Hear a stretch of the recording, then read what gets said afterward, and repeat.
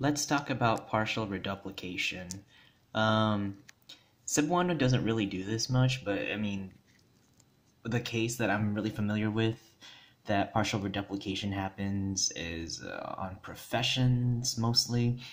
Normally, just reduplication is what we use on words,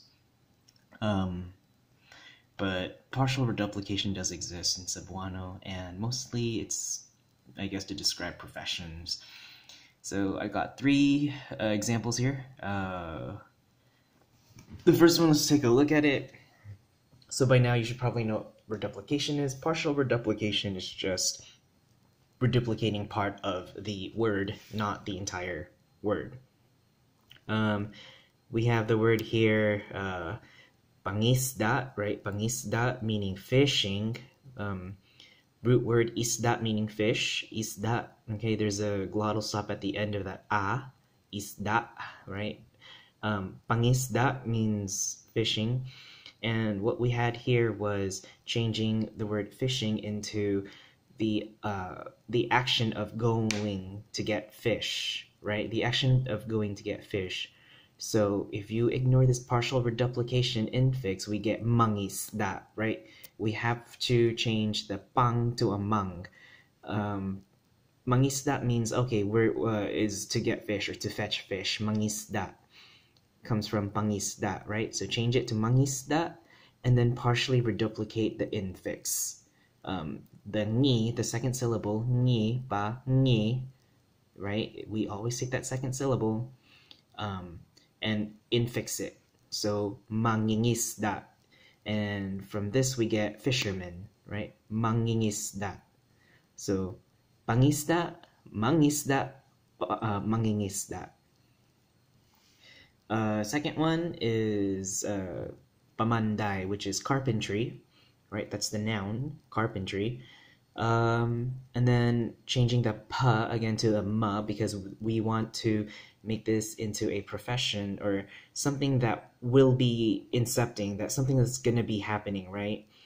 We're incepting or we're looking forward to the act of carpentry to happen. So we change the pa to the ma, right? Just how we did it here. The act of getting fish, right?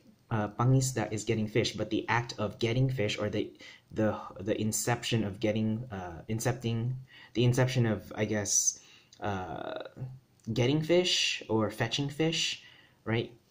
And then someone who does the actual doing of getting the fish or want to get the fish, or someone who wants to be the fetcher of the fish, or not, in this case someone who wants to be the doing of the carpentry, or someone who's willing to do the action of carpentering, or whatever English word it is. So we change the pa to the ma, meaning that we're going to be looking forward to doing this action, right? It hasn't been completed yet. So take the second syllable again, pa ma, and reduplicate or partially reduplicate that and infix it, and we get what's this word here, which is carpenter.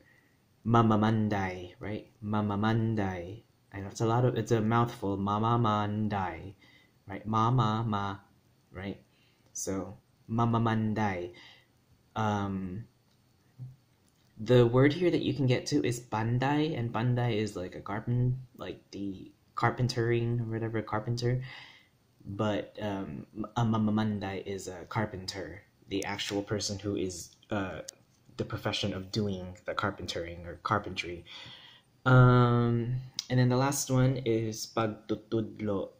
Pagtudlo is late at night, man. I'm sleepy, but I'm doing this for y'all. So pagtudlo, right? Pagtudlo, and that means teach, right? Because tudlo is a root word meaning to point. But if you're pointing into, as in like teaching, right? So you're pointing or teaching or to teach, right? So pagtudlo means like it means teaching, I guess, or teachings in a way, or the teachings, something like that. Pagtudlo. Again, we are making this pag into the mag, right? Because we're incepting that we want this action to be done. So take the pag, change it to a mag, which is an action that hasn't been completed yet. Take the second syllable, again, tu, right, from tudlo, pagtudlo, and partially reduplicate it as an infix, okay?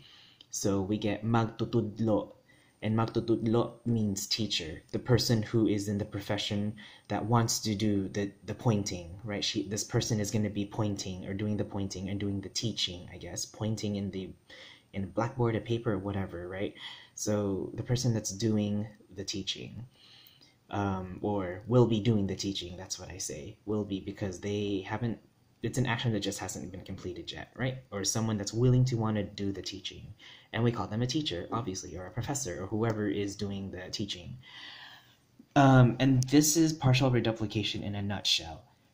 Even though we have Spanish loanwords for these professions, for example, like for mamamanday, we have carpintero, right? For magtutudlo, we get words like maestro or profesor. I don't know if profesor exists, but I know maestro or maestra exists, right? So we get those Spanish loan words. They're also acceptable, but I want to show you these, the indigenous derived words as well, because they're also equally acceptable and valid. They're just other synonyms for the same thing. And if you don't know what a profession is, you can always use this to help you out, right? Or to help you describe a profession that you don't know a Spanish loan word with, which is equally and validly acceptable. Again, you know, magtutudlo, you probably will hear this one more often too. Sometimes I hear more often maestro or maestra, so they're all the same. So I guess it's just the more you learn these vocabularies, the more you can expand your breadth of speaking and using these words. The other thing I want to teach, even though this is just a short lesson on partial reduplication, I just want to teach you the concept of by, right? I saw this in one of the comment or something like that, by. And by means like buddy or pal, right? Now, by needs to be spelled with B-A-Y, right? So ba-a and ya.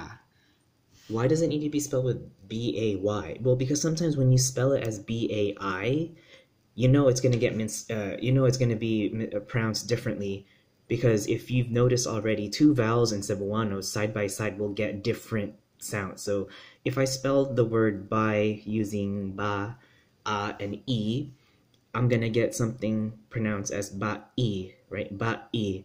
But if I use a consonant, ya, I'm going to get bai, okay?